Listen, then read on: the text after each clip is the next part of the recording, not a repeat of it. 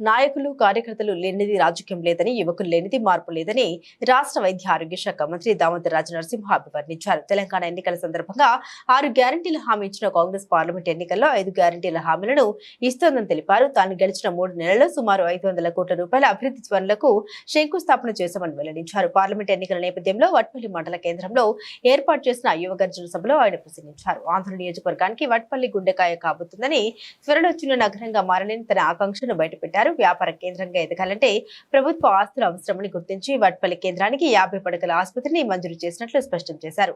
దాంతో పాటు dialysis centre, nursing, ambulance సౌకర్యాన్ని ఏర్పాటు చేశామని తెలిపారు.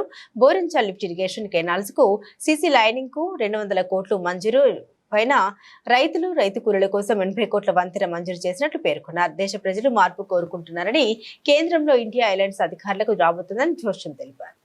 కార్యకర్త పదవి అనుభవించాలని అభిలాష దానికి తోడు నామినేటెడ్ పోస్టులు మార్కెట్ కమిటీ చైర్మన్లే కానీ, లైబ్రరీ కమిటీ చైర్మన్లే కానీ, సిడిఎస్ఏ కానీ, ఏదైనా కానీ అందులో 50% కోట అనేది యువకులకు ఉండాలి. 50% కోట అనేది యువకులకు ఉండాలి. యువకులను గుర్తించాలి, గౌరవించాలి, ఆదరించాలి, ప్రోత్సహించాలి. అన్ని మేము చేయలేము, అంతా బరువు మేము వెళ్ళలేము.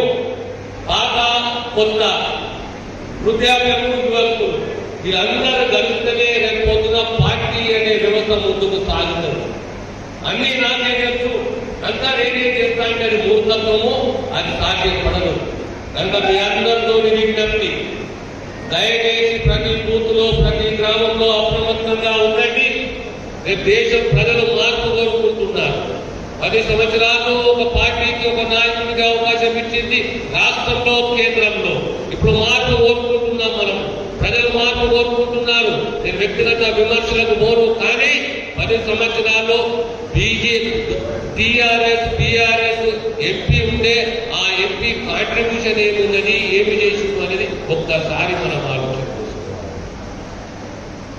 ఆనాడు లింగాయతుని ఓబీసీలో చేర్చింది కూడా కాంగ్రెస్ ప్రభుత్వము, రాజశేఖర రెడ్డి గారు. ప్రతి ఒక్క లింగాయతుని గుర్తు చేసుకోవాలి. ఆనాడు రాజశేఖర రెడ్డి గారు మమ్మల్ని గుర్తించుడు, మనల్ని బీసీలుగా గుర్తించిన విషయాన్ని మనం గుర్తుపెట్టుకోవాలి.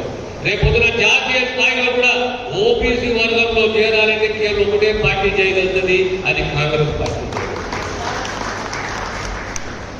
రేపు మన ప్రాంతము అభివృద్ధి చెందాలన్నా, సంక్షేమం అందాలన్నా నిరుద్యోగులకు ఉద్యోగాలు కల్పించాలి.